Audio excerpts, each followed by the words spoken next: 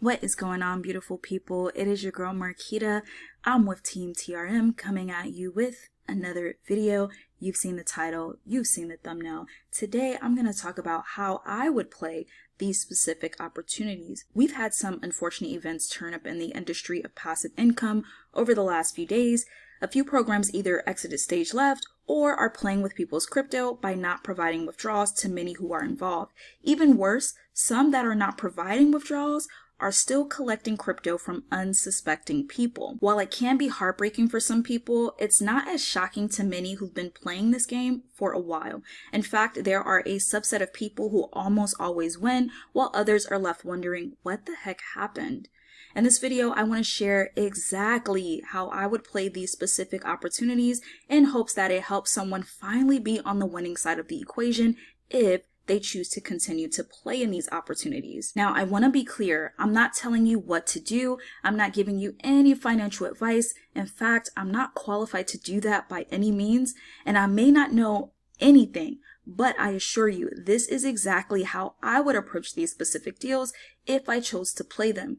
Most people lose in these things, and while some of these things may look good, there is absolutely zero guarantee an opportunity that is here today will actually be here tomorrow or the next day. And I encourage you to read my full disclaimer in the description box below. This video isn't going to be fancy, hence the Google Doc format that I'm using today. It's just going to be straight to the point information that I would use as a starting point. No BS. You can choose to pay attention or find other entertainment. As always, the choice is always yours. The first thing I need to understand is that there are only 3 types of people who win in these games. The first is the recruiter or promoter. These are people who are able to share or sell these opportunities for commission. This means that they get paid a fraction of deposits or earnings for each transaction that they are attached to.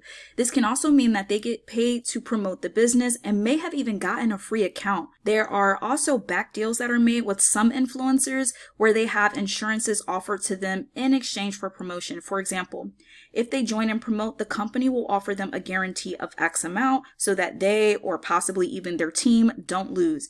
Now, I personally wouldn't trust any of these deals because if the company is planning to run off with people's hard-earned crypto, why in the heck would I believe that they would pay me any form of a guarantee? However, recruiters or promoters almost always mitigate their risk very early and thus almost always have wins. The next winner is the big bag holders. These are people who have large amounts of capital. They can come in early, absorb all liquidity early due to their big amounts of capital, and then leave.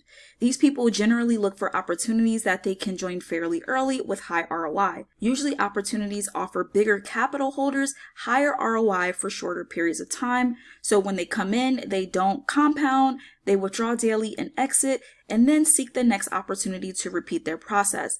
In specific plans, they can manipulate the system and use everyone else as liquidity if they're strategic enough. And the last winners are the early enough and best strategists. This is the category that most people are hoping to be in. These are average people who don't fit into category 1 or 2. However, they got into an opportunity, what I call early enough, to see benefits and have put together an entry and an exit plan. I understand that if I am not in either of these categories, then I am almost certainly going to be the person holding a loss when these programs exit. Why do I use the word when? Because of all of the many program exits that I've seen, I now assume that everything eventually ends, regardless of the potential legitimacy level that it has. And I'm using legitimacy in quotation marks because we can never be too sure. So my goal would be to see which category I can fit in. If I can't fit in any of the categories above, then I would not join an opportunity. The next thing I would understand is that the people who understand this niche of passive income are playing a game of profit or cash flow. They are looking to withdraw as much as possible, as quickly as possible from an opportunity. Most don't really care about growth long term. They care about taking more than they deposit. That is it. If I am playing any other game besides that, I will absolutely lose. My goal would be self first in these opportunities. This means I would always strive to pay myself first. I shouldn't care about being a part of a community because those that are truly playing the game only care about community if it means bigger potential to profit. There is absolutely zero flex in growing big balances on my computer screen if I'm not withdrawing funds to profit. Big balances on screen will often lead me to empty wallet addresses. I can only know how I'm doing in each platform and in my overall portfolio if I track everything. I would develop a system where I'm tracking all transactions that leave my wallet and enter it in each specific opportunity that I am in. I would also track my overall portfolio at all times. If you'd like to know how I track my portfolio, you can just let me know that in the comments and I'll get that over to you. For this video, I'm actually going to assume that I am in category 3, which is the early enough with proper strategy. Thus, I'm playing the game according to this level. So let's go ahead and jump into some specifics. Most programs out there are simply replicas of something else with a few tweaks to them. If I really wanted to play the game seriously, I would watch all of the YouTubers who promote vast amounts of opportunities. These people generally fit into category 1, which are the recruiters or promoters, and there are many of them out there. I do want to make a note. Just because I follow and watch them, that does not mean that I join any and everything that they share or promote. I always remember that category 1 of winners have specific goals, and I must understand that they are playing the game as well. Even though it's different than I am playing, they are still playing. I'm following them for very specific reasons.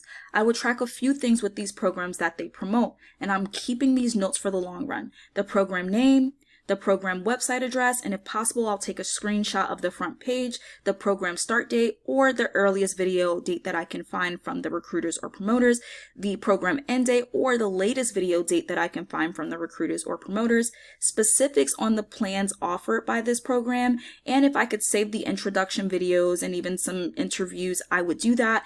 You can use a downloader that you find on Google in order to do that. As I do this over and over again, it helps me play better if and when I choose to play. What I would likely start to find is that there would be similarities between programs and plans. I would likely start to see patterns about the opportunities.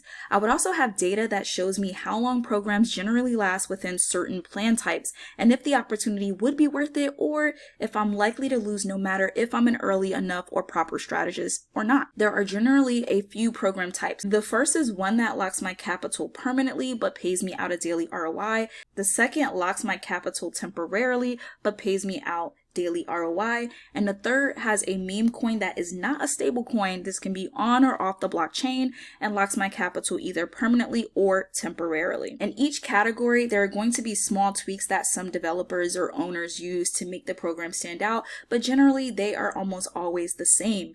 I think of the above program categories like a faucet. There are drip levels to these faucets. A long capital lock with low daily ROI has a slower or smaller drip. This could generally mean the program can have a longer shelf life. However, it also means it takes me longer to ROI. If I play correctly or get in early enough, I could have a win. And this is just a graphic showing that small drip equal longer time to fill the bucket or get to break even. A short capital lock with high daily ROI means a faster or larger drip. These generally have a faster end date as well, but could also mean that I could profit if played correctly, early enough, proper strategy. So again, we see the bucket filling up much faster. Large drip equals shorter time to break even or get in profit, but it also may mean higher risk. If a program fits category 1, meaning they lock my capital permanently but pays me out a daily ROI, a recent example of this that I can think of is TLC Trading. Before I decide to get started, I would see how many days or months the program has been around based on the earliest videos I can find from category 1s, which again are the recruiters or promoters. If it's longer than 3 to 4 months, I could be facing danger since these tend to take longer to ROI due to not being able to withdraw my capital. Based on data, this category has shelf lives that averages 5 to 10 months. If the program is fairly old, it may be better for me to sit out of the program and wait for the next one in this category to show up. I then decide on my risk capital amount. This amount is final. Once it's in, I won't add any more unless I choose to play with small amounts of my profit only, no matter how good or legitimate the program seems. Doing so is dangerous and messes with my opportunity to play the profit or cash flow game. Before joining, I would also see what the daily ROI would be for my specific capital amount. If it's 1% 7 days per week, or 30% average per month, I understand that it would take me 3.5 months just to get my capital back and break even. This means that starting early could give me a fair chance at not only breaking even, but making up to 165% positive cash flow if I have a 9-month run. I would withdraw only at least until I reach full profit. If I'm making anything less than 7% weekly, I would need much more time just to break even. At a 0.5% daily, it would now take me 6.67 months just to break even. So even if I'm early enough, it may not even be worth it to join because the actual profit would be smaller and not worth the risk according to the average length of time that these opportunities are around. Example, if the program in this category pays a 0.5% daily, 7 days per week, I earn about 15% monthly. Even at a high 9-month shelf life, I would earn 35% profit. An average of less than 3.5% per week or 15% monthly would yield me even less profit, so I likely wouldn't even take the risk in this case. I would wait for the next one to show up in this category and see if I can potentially get a better advantage. I would also remember that just because I'm withdrawing, that does not mean I'm making crypto. I'm only making crypto when my withdrawals exceed my deposits. Again, I will only know that I'm profitable by tracking everything. If a program is in category 2, meaning it locks my capital temporarily but pays me a daily ROI, some recent examples of this are AMC Global, Trage Tech, Polyvera, BrunoEX Ambassador Plan, StableSwap, QuantumCuv, Qubitscube, etc., etc., etc. Most opportunities these days are actually in the category number 2 since it fosters more trust with its communities. It's almost a psychological game. Giving the option to withdraw capital almost always has most keeping their capital in for the long term. A mistake that I would make with this category is improperly treating it as a category 1, which was locking my capital permanently. Again, I treat all opportunities as temporary, no matter how legitimate or good they may seem. Why? Because people who know how to play the game are playing a game of profit or cash flow only, including the owners. If I'm playing a different game, I will lose.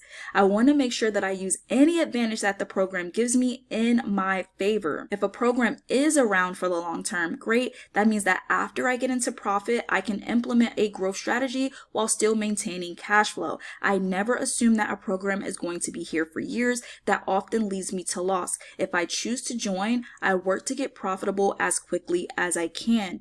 First, I would see how long the program in category 2 has been around. Remember, I know this because I'm paying close attention to category 1s, which are the recruiters or promoters.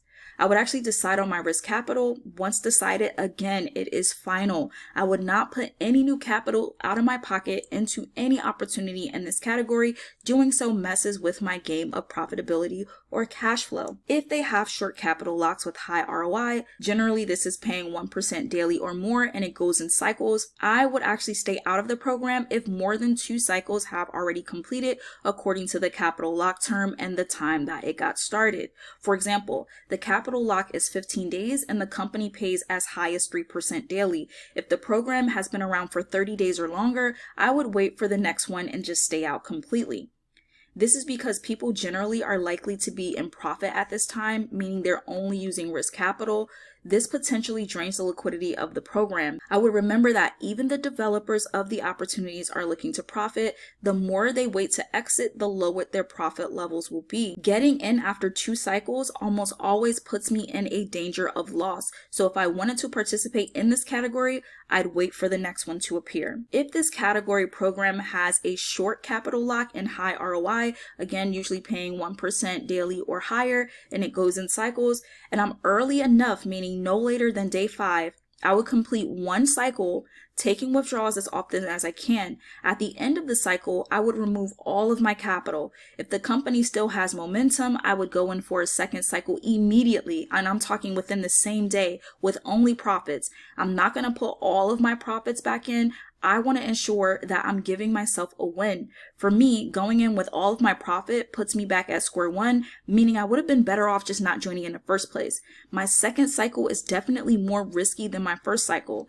In most cases, I would be better off just taking my profit from cycle 1 and waiting for the next program like this to show up. However, if I choose to participate in a second cycle, I would withdraw all of my profits daily as well. And of course, at this point, anything that I withdraw is profit, albeit at the potential loss of a bigger profit since it was already realized gains.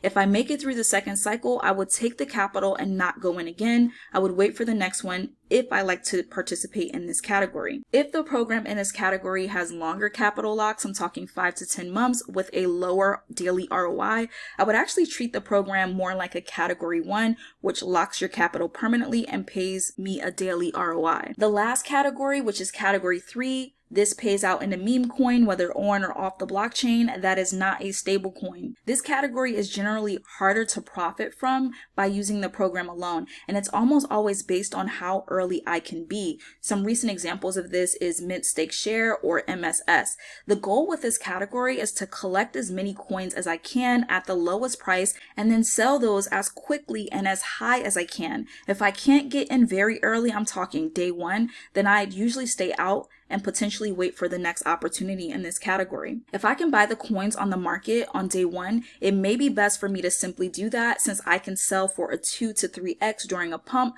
This is opposed to mining or minting the tokens and having my capital locked. Locked capital means slower faucet drip. I would remember that profit or cash flow is the game that the best strategists are playing. I would not be compounding in this category.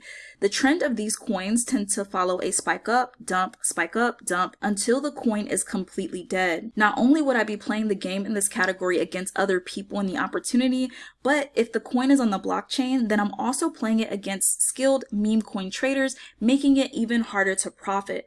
The later I get started, the more likely it is that I will be exit liquidity for those who were able to buy the coin at a super low price. Let's go ahead and look at the MSS chart using Deck Screener. So if you notice here, people started very, very early. Look at the price we're talking here. And as you can see, we have some highs followed by a dump. Some highs followed by a dump. And then we have some minor dumps here, high followed by a major dump. And then we have a high followed by shorter dumps in between. And now we can see that the price is trailing sideways. We can also take a look at the volume here. We notice that the volume is not only getting flat, but it's getting smaller and smaller. We see how the chart is operating. Generally, volume went up, followed by a dump, then a trend upward, followed by a dump. And the cycle repeated itself until the price is mostly trailing sideways. If we look at the volume, we can see that it's mostly flat. Some would think that this means that it's a great time to buy. However, I remember that there are people holding tokens looking to offload them for profit. There are also people who are compounding within the system and gaining the ability to withdraw more and more tokens that they can potentially offload as well. They can dump on any of the liquidity as time progresses. So if we look at the liquidity here, we can see it's a good sign that liquidity is locked. We have $596,000 in liquidity. If we look at the chart here over the last 24 hours, we can see that it's up 2.59%. But if we look at the volume in the last 24 hours, we can see that that was only about $8,600. And we see that our buys are less than our sells. Our buy volume is less than our sell volume, and the buyers are less than the sellers. So again, as we can see, purchase volume is not high at all in the last 24 hours, even though we had a price increase of 2.59%. We can also see that buy volume or buyers is much lower than sellers, and I see this as a continued recipe for disaster. Also, there may be huge whales holding the token, waiting for their right opportunity. I have those whales that I can see without having to look too deeply. So if we look here, we have the top traders in the last 30 days. I just took one example. This person had 1 million tokens that they purchased for 27.7 thousand. They actually sold a good portion of those for 34.3 thousand, giving them a profit of just under 6,700, but they still have about 63,000 tokens that they're holding. And if we see another spike, we may actually see another dump from these people as well. We can find more about their transactions by clicking here. There are also those that I can't see without looking too deeply. So here we see just a number of tokens being sold by these different whale addresses. But since we're looking at the last 30 days, we don't actually know how many tokens they purchased. So we can look at their transactions. But again, I can only see what's available the last 30 days. Now, I could potentially dig on the blockchain to see how many actual tokens these wallets are holding, but even with this small glance, I can see that it's likely not a good idea to get started in this opportunity, no matter how good category ones, which again are recruiters or promoters, make it seem. It's best to wait for the next opportunity in this category if I really want to play. So some tips: playing this online game does require skill. Skill is attached to practice and commitment. If I don't want to practice or commit, I would absolutely stay out of any of these categories, because while I may get lucky sometimes, more often than not, I will lose no matter which opportunity I choose to start with or which type of category of winner I try to be. As time progresses, I believe that program developers and category players will continue to level up. That means the market will change. It will become more difficult to win. This is already pretty evident. So I would not try to play these games forever unless I can become extremely good at it. I would actually be very selective about what I decide to play in as well. So my motto is cash flow first, live to invest another day. The best way to do that is for me to withdraw often. I'm only in profit if my withdrawals exceed the amount that I deposit. But I mean, what do I know, right? So if you actually found value in this video, make sure to give it a like. I would actually watch it often for reminders as more and more opportunities come out, and share with any of the newbies in the crypto passive income space that you know. All of these programs usually follow specific tactics before they exit. You can actually check out those tactics now by clicking on this next video. Again, my name is Marquita. I'm with Team TRM, and as I always say, I'll see you at the top or not. You decide. I'll see you in the next video. Take care.